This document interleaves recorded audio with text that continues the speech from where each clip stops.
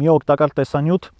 այն դեպքերի համար, երբ ձմեռային ռեժիմում ճանապարհը դեպի ներքև է, այսինքն սպուսկ է, ու սպուսկերի վրա հաճախ կարիք առաջանում արգելակելու եւ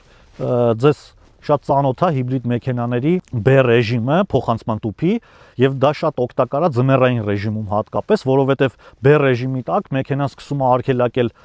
շարժիչով, արգելակելու շատ կարիք չի լինում, բայց քաղաքային ռեժիմում խորհուրդ չի տրվում անընդհատ B ռեժիմը օգտագործել, հատկապես եթե ճանապարհները ուղիղ են։ B ռեժիմի տակ մեքենան սպուսկը ոնց է իջնում։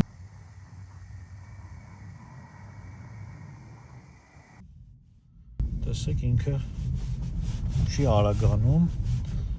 եւ հնարավորություն է տալիս ավելի քիչ օգտագործելու արգելակման ոտնակը։